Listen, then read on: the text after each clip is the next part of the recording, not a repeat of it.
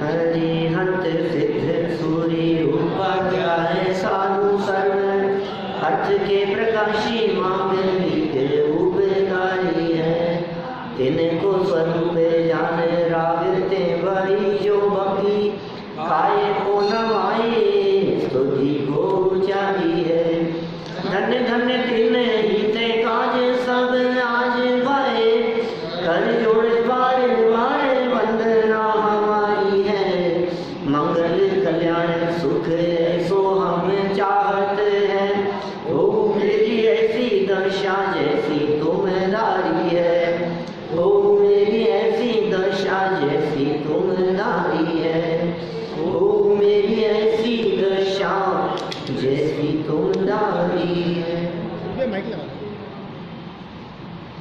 शब्दचूड़ामणि नामक यह ग्रंथ और इस ग्रंथ के आधार से यहाँ एक नई कथा शुरू हुई है, जिसमें जीवनधर कुमार जंगल में पहुँचे थे और पहुंचकर एकांत में कहीं बैठ गए, लेट गए। वहीं दूर से किसी युवा स्त्री को आते हुए देखा और उन्होंने अपना मुंह फेर लिया। जब अपना मुंह फेर लिया उन्होंने, तो वो युवा स्त्री वो उनकी तरफ विशेष रूप से आकर्षित हुई और उसके मन में ये भाव आया कि ये कितना सुंदर पुरुष है। वो विद्याधरी थी वो, लेकिन जीवनधर कुमार की मनोदशा में, माने चित्त में उसके प्रति अत्यंत विरक्ति और वैराग्य का भाव जागृत होता रहा। देखिए, आप वो वैराग्य में चिंतन करते हुए शरीर के स्वरूप का चिंतन करते रहे। ये वेद विज्ञान के लिए है ये सब। भाई, ये जो देह है यह अत्यंत अशुचि है, यह शरीर अत्यंत अपवित्र है। यह शरीर अंदर से किस प्रकार का है यदि तू विचार करेगा तो निश्चित रूप से देह के प्रति आकर्षित नहीं होगा। दूसरों के शरीर को देखकर आकर्षित होना ये तब तक ही है जब तक आप शरीर के अंतरंग स्वरूप को नहीं देख रहे हो। कल हमने अशुचि भावना की वे पंक्तियाँ आपके बीच में रखी थी। दिपे चाम चादर मड़ी, हाड़ पिंजरा देह, भीतर या सम, मतलब अंदर से जैसा है उसके समान इस जगत में और नहीं। माने देखो, आप पूरी दुनिया में खराब से खराब पदार्थों को ढूंढो, गंदी से गंदी वस्तुओं को तलाशो। बोलो, कौन सी वस्तुएं, कौन से पदार्थ आपको दुनिया में गंदे दिखते हैं? उनमें आपको नजर आएगा कि गंदगी का जो साम्राज्य है वो ये यहाँ से आता है, अंदर से, शरीर के अंदर से। आप देख लो पूरे दुनिया में कीचड़, गंदगी, मल, कहीं कुत्ते ने कर दिया है, कहीं गाय ने गोबर कर दिया है, कहीं और कर दिया है, कहीं मनुष्यों की जिस जिस जगह पर इकट्ठी हो गई वहाँ समझ लो आप गंदगी शुरू हो गई। माने गंदगी जहाँ से उत्पन्न होती है वो मल बनाने की फैक्ट्री ये शरीर है, ये अपना देह है। जो बाहर निकलता है उससे अनुमान लगाया जा सकता है कि अंदर क्या भरा हुआ है, अंदर क्या चीज़ भरी हुई है। इसका अनुमान लगेगा आपको कहाँ से, बाहर जो चीज़ निकली है उसको देख करके। ये सारी बातें यहाँ कर रहे हैं। चमड़ा, मांस, मल, ऐसे अशुचि पदार्थ। अत्यंत खेद की बात है कि अज्ञानी व्यक्ति इस शरीर को सुंदर सुंदर समझकर उसके प्रति मोहित होता रहता है। ये कौन विचार कर रहे हैं? जीवनधर कुमार विचार कर रहे हैं उसके शरीर को देख करके। विद्वानों ने ऐसा लिखा है, शरीर के ऊपर मक्खी का पंख, मक्खी होती है, उसका पंख कितना बारीक होता है। इतनी सी बहुत बारीक परत यहाँ से उतार दो शरीर पर से, चेहरे पर से, तो अंदर जो है उसे देखना पसंद नहीं करेगा। इतनी सी परत है ऊपर। ये मतलब बहुत ऐसी चर्चाएं भी चलती हैं कि भाई ऊपर ये कामदेव तो सुंदर होते होंगे, तीर्थंकरों का शरीर तो सुंदर होता होगा। अरे भाई, शरीर तो अशुचि है। कहीं खून पड़ा हो तो आप उसे छू नहीं सकते हो, कहीं मांस पड़ा हो तो आप उसे टच कर लो तो नहाते हो जा करके। मतलब मुर्दे में ऐसा क्या है जिसको छूने के बाद में आप घर जा करके नहाते हैं? शरीर ही तो है, लेकिन वो अशुचि है, देह अपवित्र है। इस अपवित्रता के बारे में चिंतन करें तो दूसरों की देह को देखकर उसकी तरफ आकर्षित होने की बुद्धि ना रहे। एकत्व बुद्धि शरीर में ही होती है। दूसरों के शरीर को देखता है तो विकार उत्पन्न होता है और अपने शरीर को ऊपर ऊपर से देख करके अभिमान करता है, मैं कितना सुंदर दिखता हूँ। देखिए, इसी विचार को और आगे बढ़ाते हैं। शरीर संबंधी मोह पर विचार। सीधे बैठो भाई, है ना? देखो क्या कह रहे हैं, 38 नंबर श्लोक देखो। दुर्गंध मल मांसादि व्यतिरिक्तम विवेचने नेक्षते जातु देहस्मिन् मोहे को हेतुरात्मना।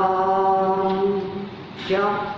भली भांति विचार करने पर इस शरीर में दुर्गंध, भली भांति विचार करने पर, अब विचार ही नहीं करो, क्या आप यदि विचार नहीं करो तो कुछ हासिल नहीं होगा, लेकिन यदि विचार करो आप, भली भांति विचार करने पर इस शरीर में दुर्गंध, मल, मांस आदि के सिवाय और कुछ भी दिखाई नहीं देता।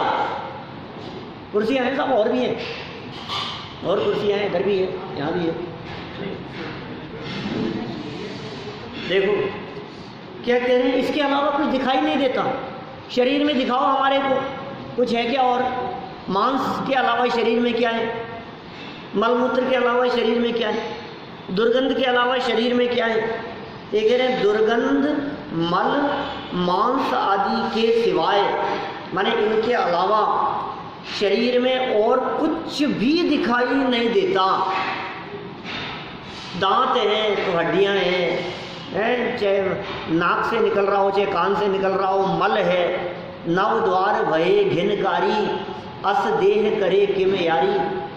ये अशुचि भावना आप जहाँ जहाँ 12 भावनाओं में लिखी है सबको उठा करके देखो। आप एक बार ऐसा प्रयोग करो 12 भावनाओं में से कि जहाँ जहाँ अशुचि भावनाएं मिलती है उसको उठा करके देखें, हम उसके स्वरूप को पढ़ें तो आपको पता लगेगा यार कितनी कितनी बातें लिखी आचार्यों ने। अपन ने एक ग्रंथ पढ़ा था पीछे गुणभद्राचार्य का आत्मानुशासन। उस आत्मानुशासन ग्रंथ में भी बहुत विस्तार से शरीर की अशुचिता का वर्णन किया था। पुरुषार्थ सिद्धि उपाय में वर्णन किया, इसमें वर्णन किया, रत्नकरण श्रावकाचार्य में वर्णन करते हैं। और देखो आप, एक भावना तो ये हो गई जो पढ़ी अपन ने, दीपे चाम चादर बड़ी, अशुचि भावना। और दूसरी बतलाओ, पल रुधिर राध मल थैली, पल रुधिर राध है, पीप मवाद खून, पल रुधिर राध मल थैली की कस वसा दिते मैली, नवद्वार भय घिनकारी, अस देह करे किम यारी। छेड़ाला की 5वीं ढाल का 8वां छंद है। अस देह करे किम यारी, इस शरीर के प्रति क्या यारी करता है। दादा ने जो 12 भावनाएं लिखी उसमें 2 पंक्तियां इस शरीर की अशुचिता के संदर्भ में बहुत कैसे घड़ी में लिखे होंगे शब्द। इस देह के संयोग में जो वस्तु पल भर आएगी, वह भी मलिन मलमूत्रमय दुर्गंधमय हो जाएगी। ये शरीर कितना दुर्गंधित है, कितना अशुचि है, कितना अपवित्र है। इस देह के संयोग में जो कोई भी वस्तु पल भर के लिए भी आ गई, पल भर के लिए अशुचि हो गई, मलमूत्रमय हो गई, दुर्गंधमय हो गई, वो वस्तु भी 2500 रुपये किलो के बादाम मुंह में रखे और दांत से चबाए, कितनी देर 2 सेकंड के लिए। अब बोलो 2 सेकंड बाद में उसका क्या हाल हो गया? आप पसंद करो उसको।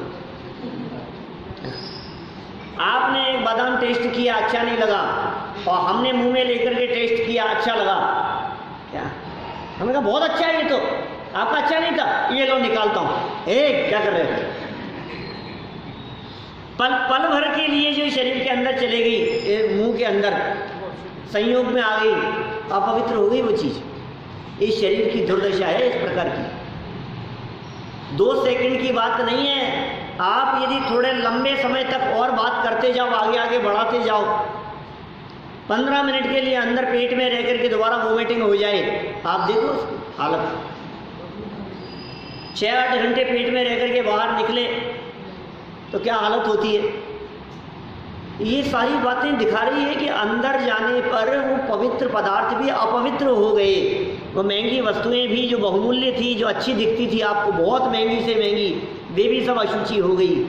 सारे जगत में पानी को बहुत पवित्र कहा जाता है। पानी की उपमाएं दी जाती। पानी को पवित्र पदार्थ माना जाता है, सर्वाधिक पवित्र पदार्थ, सबको पवित्र कर देता है। उस पानी को, पवित्र पानी को, छने हुए प्राशुद्ध पानी को एक मग्गा लेकर आपने माथे पर डालो और शरीर को छू करके निकले, क्या अब बोलो, अब वो पानी किस काम का है? मलिन हो गया वो पानी। सागर के जल से शुचि कीजिए तो भी शुद्ध न हो। हाँ, सागर के जल से, ये तो अशुचि हो है ना।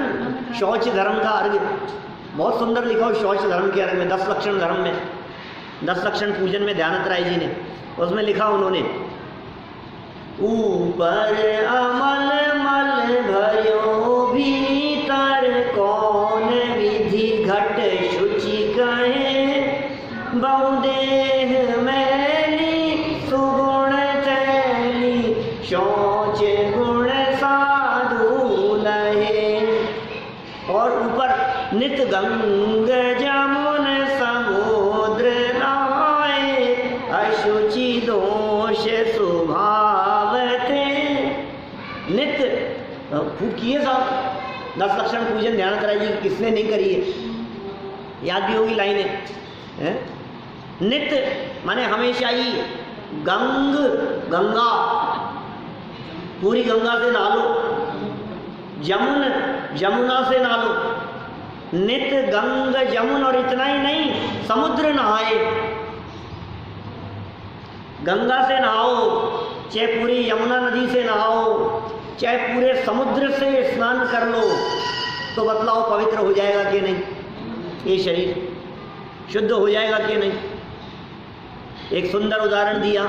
एक घड़ा है, गोल्ड का कलश है, उस गोल्ड के कलश के ऊपर रत्न जड़े हुए हैं, और रत्न जड़े हुए उस गोल्ड के कलश पर, प्योर गोल्ड है और रत्न जड़े हैं उसमें, लेकिन अंदर मल भरा है, वेश्या भरी है, पौठी भरी है अंदर। क्या बोलो, घर में कौन सी जगह रखें इसको संभाल के? क्या कर रहे हो? अरे बाहर से उसको कितना साफ करें कि वो शुद्ध हो जाए, आपके किचन में रखने लायक हो जाए, कितना साफ करें उसको? ऐसी ही हालत देह की है। कौन से साबुन से नहाए, कौन से शैम्पू से नहाए हैं, कौन सा पाउडर इत्र ऊपर से लगाएं कि ये पवित्र हो जाए? भैया जो अंदर से अपवित्र है वो बाहर से कितना भी पवित्र करने का प्रयास करो, वो पवित्र होने वाला नहीं है। देखो,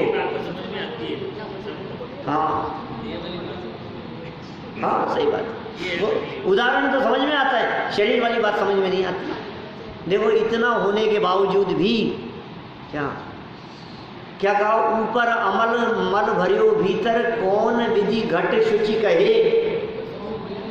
फिर भी क्या गजब बात लिखते हैं नीचे ध्यानत राय जी, बहु देह मैली लेकिन सुगुण थैली।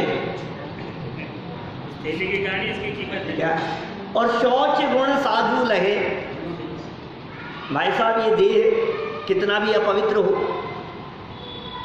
लेकिन इसके अंदर जो माल है ना, वो गुणों की थैली है। वो अनंत गुणों का अखंड पिंड आत्म तत्व आपके इस देह रूपी देवालय में बैठता है, विराजमान रहता है। ये गजब की महिमा है इसकी। माने देह की अपवित्रता होते हुए भी देह के भीतर रहता हुआ आत्मा, उसको ये देह अपवित्र करने में समर्थ नहीं होती। वो आत्म तत्व सदा काल पवित्र है, वो परम पवित्र पदार्थ है। वो शरीर के भीतर रहता हुआ भी शरीर को छूता नहीं है, शरीर के अंदर रहता हुआ भी शरीर से अनटच रहता है।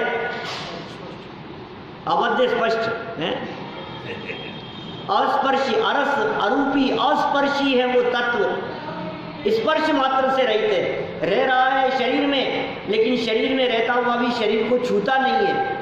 मैं कभी कभी कहता हूँ लोगों से कि यदि ये छूने लग जाए, ये नहीं छूता है, इसका क्या प्रमाण है आपके पास में? मैं पूछता हूँ लोगों से, बोले साहब नहीं छूता, बस नहीं क्या प्रमाण है? मैं तर्क देता हूँ, ये शरीर में रहता हुआ शरीर को नहीं छूता है, इसका सबसे बड़ा प्रमाण यह है कि आत्मा बाहर निकलते समय लाल नहीं निकलता। यदि अंदर छूता हो तो खून से सना हुआ होना चाहिए आत्मा। तो जब मौत होने पर जब आत्मा शरीर से बाहर निकले तो लाल रंग का इधर उधर दौड़ते हुए आत्मा दिखनी चाहिए। हजारों लोग इधर उधर मरते हैं, हजारों लाखों लोग हमारी आंखों के सामने मरते हैं, लेकिन कहीं भी हमारे को रेड कलर इधर से उधर दौड़ता हुआ दिखाई नहीं देता। अमूर्तिक है आत्मा, अस्पर्शी है, हड्डी खून मांस के भीतर रहता हुआ भी उसको छूता नहीं है। ये बात ये आचार्य देव यहाँ इसी श्लोक में आगे कह रहे हैं। इसीलिए आज तक ये पवित्र रहा, इसीलिए पवित्र है। तीसरी गाथा में समयसार में यही कहा, शुद्धता का कारण ही यही कहा तीसरी गाथा में समयसार में, छूता नहीं है इसलिए पवित्र है। क्या था? सुगुण थैली, चेतन आत्मा के लिए सुगुण थैली शब्द का प्रयोग किया है। सुगुण थैली, थैली क्या है? थैली है शरीर। सुगुण थैली कहा ना, बहुदेह मैली सुगुण थैली। अब कभी करोगे ना पूजन 10 लक्षण में, ये पूजन करोगे, शब्दों के अर्थ ख्याल में आने चाहिए। ये देह मैली है लेकिन सुगुणों की थैली। थैली किसके लिए प्रयोग किया? बोलो भाई बच्चों। थैली तो शरीर और सुगुण आत्मा। आत्मा अनंत गुणों का माल है, गुण रूपी माल है वो। और कौन सी थैली में रखा है? शरीर रूपी थैली में। तो जिसकी दृष्टि थैली पर होती है वो रोता है, और जिसकी दृष्टि माल पर होती है उसे कोई फर्क नहीं पड़ता है। मैं आपसे कहूँ, एक पिता के 2 पुत्र हैं। पिता ने अपनी सारी संपत्ति को बेचकर कुछ रत्न खरीद लिए। क्या रत्न खरीदे? जितने रत्न खरीदे थे वे सारे के सारे रत्न किसी ज्वेलर से बहुत अच्छे बॉक्स के अंदर लेकर के आए घर पे, और दोनों बच्चों में बंटवारा करना था। अब बंटवारा करना था तो अब क्या करें, बॉक्स तो एक ही है, उसमें 200 रत्न भरे हुए। अब क्या करें, 100 रत्न एक के, 100 रत्न दूसरे के। अब एक के पास में बॉक्स और दूसरे के पास में थैली। क्या? तो बुलाया बच्चों को, बोलो इन दोनों में 100 रत्न है, बराबर है, एक समान कीमत वाले हैं। एक के पास में बॉक्स है और दूसरे के लिए थैली है। बोलो तुम कौन सा लेना चाहते हो? अरे पिताजी कुछ भी दे दो, क्या फर्क पड़ेगा। एक को गंदी थैली में रखे हुए हैं क्या, और एक को 500 रुपए के बॉक्स में रखे हैं। अरबों की संपदा वाले हीरे हैं, करोड़ों की नहीं, अरबों की संपदा वाले हीरे हैं। एक को गंदी थैली में और एक को 500 रुपए के बॉक्स में। बोलो दीपेश जी, आपको यदि गंदी थैली में दे तो लेना पसंद करोगे कि नहीं? क्या फर्क पड़ेगा यार, थैली से क्या फर्क पड़ रहा है? अरबों की कीमत है, 200-500 रुपये में कौन सा फर्क पड़ रहा है, और ले आएंगे यार। ये कीमत नहीं है, थैली नहीं देखता है। समझदार आदमी थैली नहीं देखता है, समझदार आदमी की दृष्टि उसके अंदर रखे हुए माल पर होती है। अरे बाबूजी क्या गजब कर रहे हो पापा, आप भी यार इतनी सी चीज़ में। अरे भाई साहब आप ले लो, लेकिन नहीं तू ले लो यार, डब्बे में क्या फर्क पड़ रहा है, इसमें कोई दिक्कत नहीं है। समझदार आदमी उसके ऊपर आकर्षित नहीं होता। और कोई व्यक्ति करोड़ों के रत्न देख करके भी उसकी तरफ आकर्षित न हो, न देखे और थैली देख करके कहे मुझे तो नहीं चाहिए, मूर्ख है। क्या कर रहा है तू? उस थैली के पीछे क्या ठुकरा रहा है? ये देख, सुनो, इस देह की भीतरी स्थिति तो खराब है ही, बाहर से भी कुष्ठ रोग हो रहा हो, बाहर से भी अपवित्र, गंदा और मलिन दिखाई दे रहा हो, इतना दुर्गंधित दिखाई देवे कि आपके 10-10, 15-15 फीट तक कोई व्यक्ति आपके पास में न आवे, इतना दुर्गंधित दिखाई देवे। उसके बावजूद भी जिनकी दृष्टि उस देह पर न होकर अपने आत्म स्वभाव पर होती है, वे महामुनिराज उत्तम शौच धर्म के धरी होते हैं। देह अपवित्र है, शरीर गंदा है, क्या फर्क पड़ रहा है शरीर से? शरीर सुगला दिख रहा है तो। और देखो, मुनिराजों के मलिन शरीर को देख करके घृणा मत करना। और स्नान मूल की धनी है, वो नहाते नहीं है, जीवन भर के लिए उन्होंने नहाने का त्याग किया है। अज्ञानी व्यक्ति शरीर को देख करके मलिनता अनुभव करता है, लेकिन उनकी दृष्टि उस मलिनता पर नहीं है। नहाना क्यों छोड़ दिया है? नहाने में क्या फर्क पड़ गया? मुनिराज ने नहाना क्यों छोड़ दिया? अरे किसको संभालें और किसको सजाएं, किसको संभालें हम? ऊपर से नहलाने से पवित्र होता ही नहीं है, और हमारी दृष्टि तो पवित्र तत्व पे है। अष्टावक्र बहुत कहानियां हैं, वे एक से एक। वादिराज मुनिराज की कहानी ले लो, चाहे शुभम चक्रवर्ती की, ये क्या नाम है इसका, शुभम नहीं, शुभम नहीं, सनत कुमार चक्रवर्ती, शरीर में कोड़ हो गया तो पता है, इनकी सुंदरता की चर्चा स्वर्ग में चलती थी। आगे देख लो, वे एक्सरसाइज कर रहे थे, कसरत कर रहे थे, व्यायाम कर रहे थे, कहानी सुना रहा हूँ भाई। एक्सरसाइज कर रहे थे, कसरत कर रहे थे धूल मिट्टी में, और आकर के देव लोग प्रकट हो गए, आके बहुत तारीफ करी उन्होंने। यार गजब, जैसी चर्चा वहाँ सुनी थी उससे भी गजब सुंदर शरीर है भाई तुम्हारा। अभी क्या देखते हो? क्या बोले? अभी तैयार होकर के बैठूंगा ना मैं राज सिंहासन पे, तब देखना, उस समय की बात ही कुछ और होगी। तो थोड़ी देर बाद में पहुंचे वहां, और पहुंचने के बाद में क्या हुआ अब बताओ महाराज? अब वो बात नहीं है पहले वाली। क्या बात करते हो? क्या कमी रह गई? महाराज अब तो शरीर में कोढ़ के अंकुर फूटते हुए नजर आ रहे हैं, दिव्य नेत्रों से दिख रहे थे उनको, बाहर से देखने वालों को नहीं दिखाई दे रहे, बाहर से देखने वालों को सुंदर दिखाई दे रहा है, और जिनके दिव्य नेत्र हैं उनको दिखाई दे रहा है क्या स्वरूप है। सनत कुमार चक्रवर्ती की घटना है। वादिराज मुनिराज की बात देख लो, इन्होंने अष्टावक्र की बात कही। अष्टावक्र बहुत विद्वान थे, कैंसर वगैरह अंदर शरीर में अंकुर फूटते रहते हैं इस तरह के, पता नहीं लगता है, बाहर में सुंदर दिखाई दे रहा है और पता नहीं ये क्या हो गया।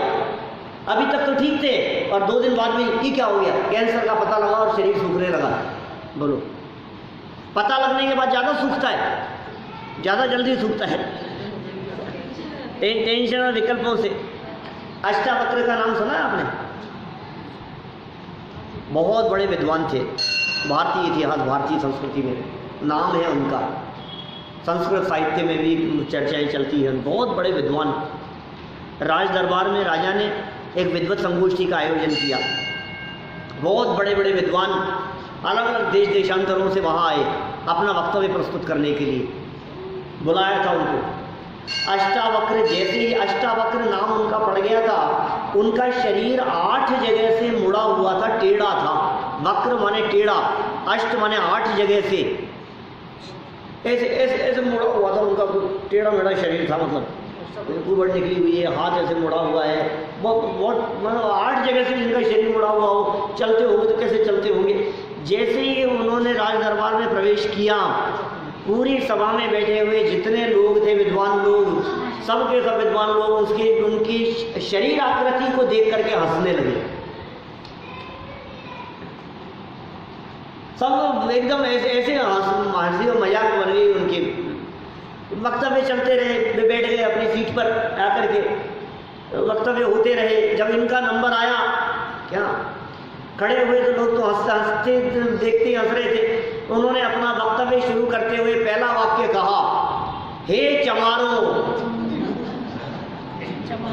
क्या? चमड़ी के पुजारी। सब विद्वान लोग नाराज हो गए, ऑब्जेक्शन करने लगे उसी समय।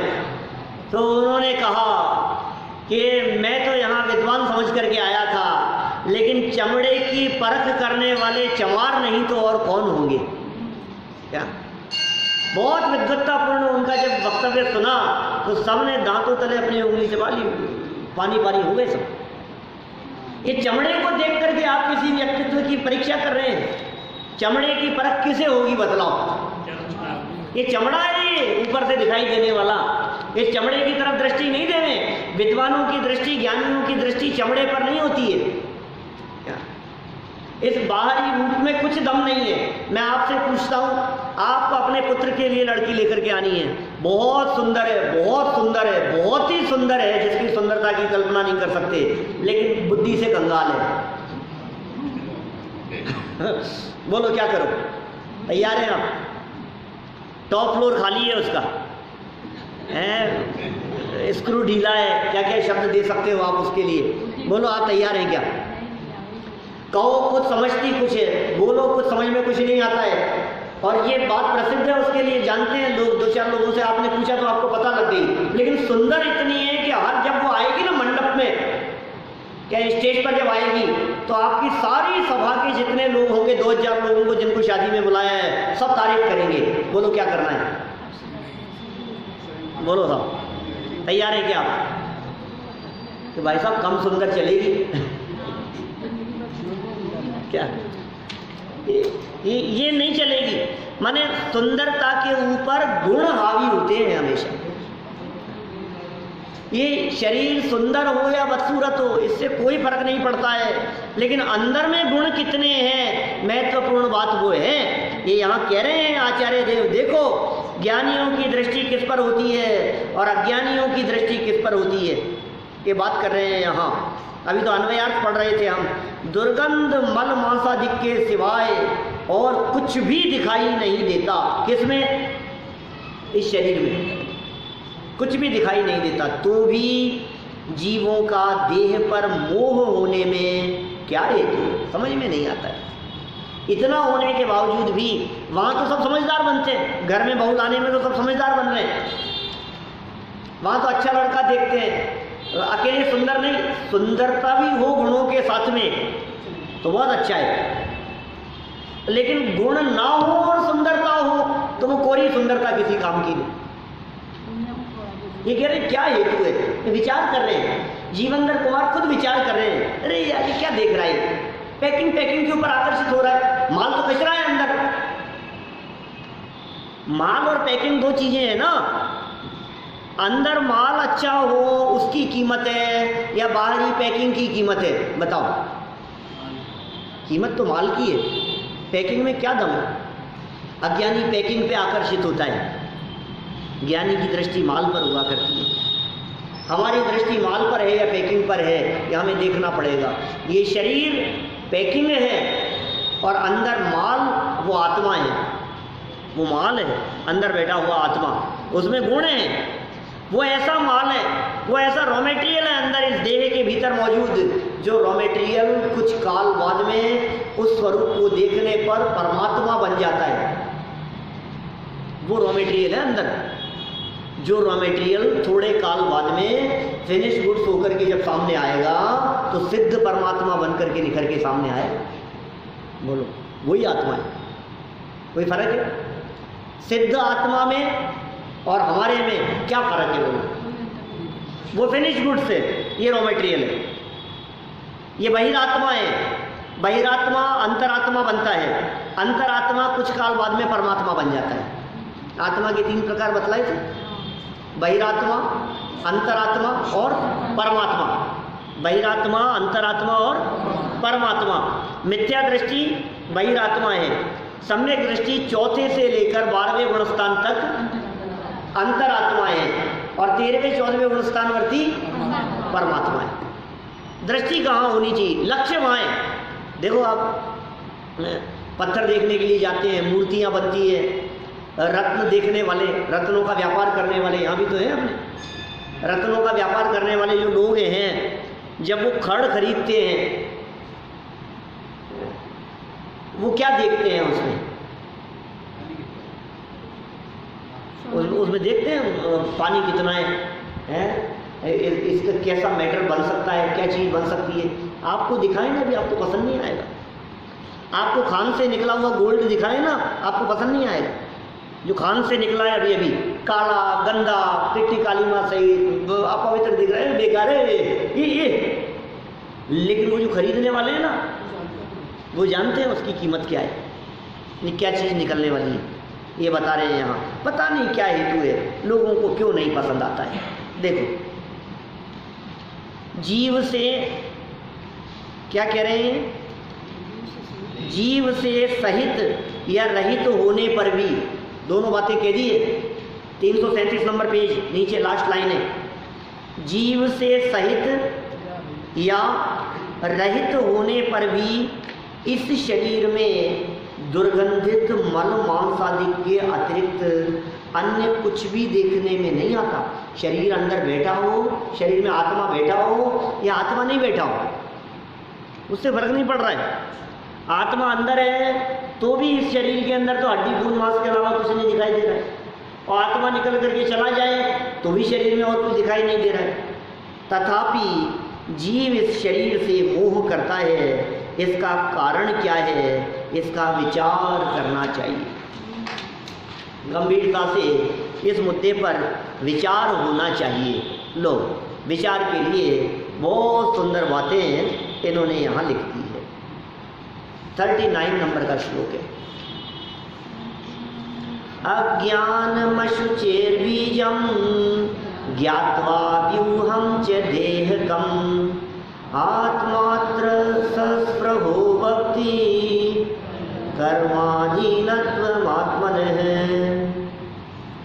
अज्ञान स्वरूप अपवित्र मल मूत्रादिक का कारण, पूरी नीतिकारों की नीति है, अत्र है नीति कह करके कह रहे हैं। देखो, नीतिकार कह रहे हैं अज्ञान स्वरूप अपवित्र मल मूत्रादिक का कारण तर्कणा रहित विचार शून्य शरीर को जानकर भी इसमें चाह करने वाला आत्मा अपनी कर्माधीनता को ही बताता है।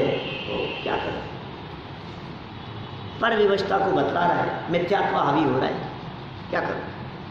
अज्ञानता हावी हो रही है, संसार परिभ्रमण का काल लंबा दिखाई देता है, ऐसा लगता है अभी इसकी दिल्ली बहुत दूर है, अभी लगता है इसका काल आया नहीं है, इसका सुधरने समझने का काल नहीं आया है। बार बार समझाने पर भी, अच्छा उपदेश देने पर भी, हितकारी बात कहने पर भी जिसको वो बात जचती नहीं है, जिसको वो बात रुचती नहीं है, इसका मतलब ये है कि उसकी होनहार खोटी है। क्या करें, होनहारी खोटी है उसकी। देखिए, सरल अर्थ पढ़ते हैं नीचे। यह शरीर कैसा है, ज्ञान रहित है। बोलो, शरीर में कितना ज्ञान है? शरीर में ज्ञान नहीं, शरीर से ज्ञान नहीं, शरीर के द्वारा ज्ञान नहीं। इंद्रियों में तो ज्ञान है ही नहीं, इंद्रियों के द्वारा भी ज्ञान नहीं होता। कोई कहे इंद्रियों से ज्ञान होगा, ऐसा भी नहीं है, तो जड़ है। ये तो मोटा मोटा अचेतन पदार्थ हैं, आँख से नहीं देख रहे हैं हम, आँखों से नहीं दिखाई देता है, सामने हो पर नजर नहीं आता है, सामने नहीं हो और फिर भी नजर आता है, सामने होते हुए भी नजर न आए और सामने न होते हुए भी नजर आए। ये क्या चक्कर है? ये चक्कर क्या है? देखता ज्ञान से है, आँख से नहीं। हाँ, उपयोग देखने का काम करता है, ज्ञान देखने का काम कर रहा है। आंखें तो मुर्दे के भी होती है, डेड बॉडी में भी आंखें होती है, तो क्या करें। अच्छा, आंखें देखती है कि चश्मा देखता है? देखो ऐसे लगाओ, बोलो। जिनको बहुत कम दिखता हो क्या, और चश्मा लगाने से साफ दिखता हो क्या, वो चश्मा उतार करके देखें, बोलो दिख रहा है कि नहीं? नहीं दिख रहा है, नहीं दिख रहा है बिना चश्मे के, बहुत कम। नहीं, मेरे यार कुछ दिखता ही नहीं है बिना चश्मे के, बहुत हालत ख़राब है। फिर चश्मा लगाओ, अब दिखने लग गया। तो कौन देखता है? चश्मा देखता है कि आंखें देखती हैं? अभी अभी इन दोनों में से क्या दिख रहा है? इन दोनों में तो सच्चाई ये लग रही है ना अभी अपने को कि चश्मा नहीं देख रहा। चश्मा यदि देख रहा हो तो लगाओ, इस किताब के भी चश्मा लगाओ, अंधे व्यक्ति के चश्मा लगाओ, जिनको दिखाई नहीं देता उनके चश्मा लगाओ। अपने है ना दो दो व्यक्ति वैसे हो गए, बोलो अभी थोड़े समय में इनकी आंखें चले गई, अपने इंद्रजीत अंकल की एकदम ही चलेगी। डॉक्टर ने जवाब दे दिए, बोलो अब कुछ नहीं, अब चश्मा लगाओ तो, अब चश्मा लगाओ तो बोलो कितना दिखेगा? कुछ नहीं दिखेगा। कि क्यों? कि देखने की शक्ति तो आंखों की थी, वो आंखों में ही ताकत नहीं। डॉक्टर से को दिखाओ, क्या कहता है? भाई साहब आंखों में रोशनी होगी तो चश्मा काम आएगा, आंखों में रोशनी नहीं होगी तो चश्मा क्या काम आएगा? इसी तरह से अब आपको यदि लगे कि साहब आंखों में तो रोशनी है, क्या तब चश्मे से दिखता है ना, तो आंखें तो देख रही है कि सुनो आपकी जो अच्छी आंखें हैं, मर जाने के बाद डेड बॉडी पड़ी है, उसकी आंखें अच्छी है, मुर्दा नहीं देख पा रहा है, लेकिन उसकी आंखें किसी को लगा दो तो दिख जाता है, हो जाता है ऐसा। तो उसकी आंखें ऑपरेशन करके किसी पेड़ पे लगा दो तो दिखेगा कि नहीं? अंदर जीव भी है और पेड़ भी है और लगा दो उसको ऑपरेशन करके, दिखेगा कि नहीं? नहीं दिखेगा। क्यों? क्योंकि एक इंद्रिय से चार इंद्रिय तक के जीवों में, या तीन इंद्रिय तक की बात करो, चार इंद्रिय में तो चक्षु है, एक इंद्रिय से तीन इंद्रिय तक के जीवों में चक्षु इंद्रिय संबंधी क्षेयोक्षम ही नहीं है। फिर भी ज्ञान है, ज्ञान तो है, इसका मतलब जानने का काम करने वाला अंदर कोई दूसरा तत्व है क्या? देखने का काम करने वाला दूसरा कोई तत्व है, आंखें नहीं, आंख के भीतर बैठा हुआ कोई तत्व है। ये बात समझनी पड़ेगी हमारे। माध्यम मात्र है, और स्पष्ट समझ में आता है ना। सामने कोई था फिर भी नहीं दिखा हमारे, तो माध्यम क्या है? काय का माध्यम है? ज्ञान जिधर काम करेगा वो चीज दिखाई देगी आपको। बोलो, बोलो मैं आपसे पूछता हूँ, कल जितने लोग यहाँ आए थे, किसी का नाम लेने पर हो सकता है इंसल्ट महसूस करें, लेकिन किसी के बारे में पूछे, बताओ ये कौन सी शर्ट पहन करके आए थे? आपको ध्यान है क्या भैया? बच्चों का ध्यान है ये कौन से कलर की टी शर्ट पहन करके आए थे? बोलो, आए तो थे क्या? हाँ आए तो थे। देखा था क्या? हाँ देखा था। टी शर्ट नहीं देखी आपने? पहन के तो आए थे, पहन के आए थे कि नहीं? पहन के तो आए थे। देखा नहीं आपने? आपने इनको देखा और टी शर्ट नहीं देखी। अच्छा बतलाओ, आपने कल मुझे देखा था, ये कुर्ता पहन करके आया था कि नहीं? क्या पता कौन सा था यार, सफेद तो था। अरे सफेद तो रेगुलर है ना, इसलिए पता है आपको। क्या हम देख करके भी नहीं देख पा रहे? हमने देख करके भी नहीं देखा, हमें पता ही नहीं है, हमें ध्यान ही नहीं है। देखा था इतना पता है, आप ध्यान दोगे तो आपको इतना भी पता लगेगा कि यहाँ बैठे थे, इतना भी पता है आपको, लेकिन फिर भी पता नहीं है कौन से कलर की थी, कौन से डिजाइन की थी, क्या थी, पता नहीं। ऐसा तो नहीं हो सकता कि पहन के नहीं आए हो, ऐसा तो हो नहीं सकता। इसका मतलब ये है हम कैसे देखते हैं।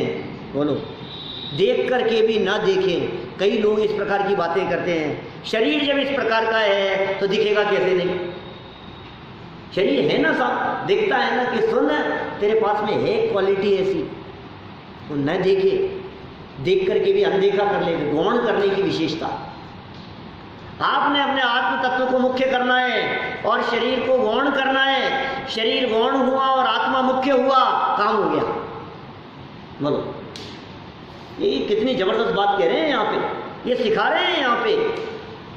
मोह का कारण क्या था?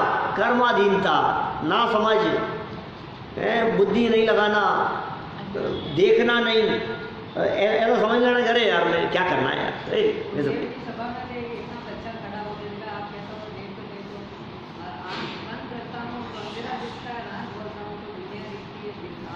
बोलो, ऐसा लगता है?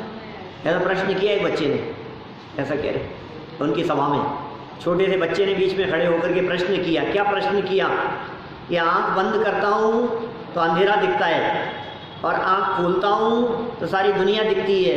आप कहते हो आत्मा आत्मा दिखता है, दिखता कहाँ है? दिखता तो है नहीं कहीं। अंधेरे को कौन देखता है? बोलो, तो अंधेरे को कौन देखता है? ये दुनिया को कौन देखता है?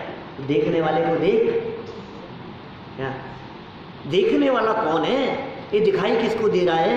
ये फील कौन कर रहा है? ये महसूस कौन कर रहा है? जो महसूस कर रहा है वो है आत्मा, वो मैं हूँ। ये ज्ञान जिसमें हो रहा है वो मैं हूँ। ये पकड़ना पड़ेगा। ये बहुत कठिन काम नहीं है, लेकिन बारीक जरूर है, अभ्यास की आवश्यकता जरूर है। ऐसे तो पकड़ में नहीं आता हूँ। ये गुस्सा, सब चीज़ें पकड़ में आती है, हर चीज़ पकड़ में आ रही है, और खुद का स्वभाव पकड़ में नहीं आ रहा है। ये जाननहारपना पकड़ में नहीं आ रहा है। नमक कैसा होता है बेटा? खारा होता है, पक्का पता है तुम्हारे? किसको पता नहीं है? मतलब नमक के खारेपन की आपको खबर है कि नहीं बाबूजी? नमक तो खारा होता है, हम जानते। कैसे पता? ये जीभ पर टच किया हमने, खारापन पता लग गया हमारे को। नींबू कैसा होता है? खट्टा।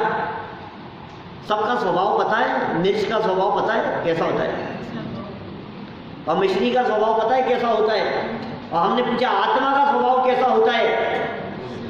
बात भरोसे की है, देखा देखी सुनी सुनाई तो बात कह दोगे आप कि हाँ आत्मा का स्वभाव तो जानना देखना है। ज्ञाता दृष्टा है, जानता देखता है। साहब आत्मा तो जानता देखता है। सुनी सुनाई बात कह दी आपने, आत्मा जानता देखता है। लेकिन जितना भरोसा आपको नमक के खारेपन पर है, उतना भरोसा क्या आपको आत्मा के जाननहारपन पर है? बोलो कि मैं ज्ञाता दृष्टा हूँ, मैं जानने देखने वाला हूँ। सब चीज़ें पकड़ में आ रही। पकड़ो तो पकड़ में आएगी। देख ज़्यादा ऐसे मत, गुस्सा आ जाएगा मेरे को। ये गुस्सा करने वाला कौन है? ये गुस्सा किसको आ रहा है? गुस्सा हाथों को आ रहा है, गुस्सा इस तर्जनी अंगुली को आ रहा है, इसको आ रहा है गुस्सा। इसको गुस्सा किसको आ रहा है? गुस्सा आंखों को आ रहा है, या गुस्सा जवान को आ रहा है? गुस्सा दिमाग को आ रहा है, किसको आ रहा है गुस्सा? गुस्सा करने वाला कौन है? वो तत्व कौन है? और गुस्सा आ रहा है, ये जो आप जवान से कह रहे हो कि मुझे गुस्सा आ रहा है, इसका मतलब गुस्सा पता लग रहा है। ये ज्ञान कौन रहा है? ये जान कौन रहा है? ये किसके ज्ञान का विषय बन रहा है? बोलो। ये जानने वाला ज्ञान का विषय बने, वो आत्मा पकड़ में आए। जिसके पकड़ में आत्मा आ गया, इसका मतलब ये है कि उसने माल को देख लिया। जिसने माल देख लिया वो फिर नहीं देखता है थैली वैली देख करके, फिर परवाह नहीं करता है। अच्छा चलो, दो चीज़ों में देनी हो यहाँ पे, आपको पता नहीं है दोनों में क्या है। क्या अंदर की बात मुझे पता है कि दोनों में एक जैसा माल है। एक गंदी थैली थी और एक अच्छी थी। बोलो आ रहे हो, कौन सी लोगे? एक गंदी थैली है, एक अच्छी है। बोलो कौन सी लोगे? अच्छी लेगा। और जिस व्यक्ति को किसी सीक्रेट मिशन में पता लग गया हो कि यार माल तो दोनों में एक समान ही है, फिर बताओ कौन सी लोगे? कि किसी व्यक्ति को ये बारीक बात पता लग गई हो, अंदर की बात, कि वो आज बंटवारा कर रहे हैं तो एक जैसी है, दोनों में थैली जैसी, पता लग गया हमारे को ऐसा बराबरी है, तो फिर क्या करेगा? अरे कोई बात नहीं। माने जिसकी दृष्टि में ये बात आ गई ना कि अंदर माल है, क्या जिसकी दृष्टि में अंदर ये बात आ गई, अंदर तो वैल्यूएबल चीज़ है भाई साहब, फिर क्या करेगा? फिर दुखी नहीं है, फिर आनंदित है। अरे मजे करते तो यार कोई दिक्कत नहीं है। अभी देखो घुटने में दर्द से परेशान है, कमर दर्द से परेशान है, शरीर में कोई बीमारी हो जाए तो परेशान है, चक्कर खा करके गिर जाए तो इसको अरे यार पता नहीं क्या हो गया, दिमाग में पता नहीं क्या हो गया, बीपी की परेशानी हो गई, इसकी परेशानी हो गई, किडनी की परेशानी हो गई, हार्ट की हो गई, इसको परेशानियाँ दिखाई दे रही है। और कहा सुन, ये जितनी परेशानियाँ हैं ये सारी परेशानियाँ ऊपर है, अंदर जो तत्व बैठा है उसमें कोई परेशानी होती नहीं है। अब बतलाओ क्या तकलीफ है? तो कोई तकलीफ नहीं, हम मजे में आनंद में काल बीत रहा है। तो कितनी सुंदर बात यहाँ कह दी है इन्होंने। कैसा है ये शरीर? अपवित्र, मलमूत्रादिक वाला, तर्कणा से रहित, कितनी बातें कह दी है। नीचे सरलात पढ़ रहे थे अपन, तो सरलात पढ़ लेते, विशेष आजकल पढ़ेंगे। यह शरीर कैसा है? ज्ञान रहित, नंबर 1। जड़ मतलब ज्ञान नहीं है जिसमें, वही अचेतन बेचेत पड़ा रहने वाला। अपवित्रता का जनक, फैक्ट्री जनरेट करने वाला अपवित्रता को, उसका जनक, और हिताहित के विचार से रहित है, ऐसा जानकर भी आत्मा शरीर से मोह राग करता है। इससे तो आत्मा का कर्माधीनपना ही प्रतिलक्षित होता है। इससे तो यही समझ में आता है कि आत्मा कर्माधीन हो रहा है। इस बारे में और कुछ विशेष बातें कही है जिसे कल हम यथासमय पढ़ेंगे।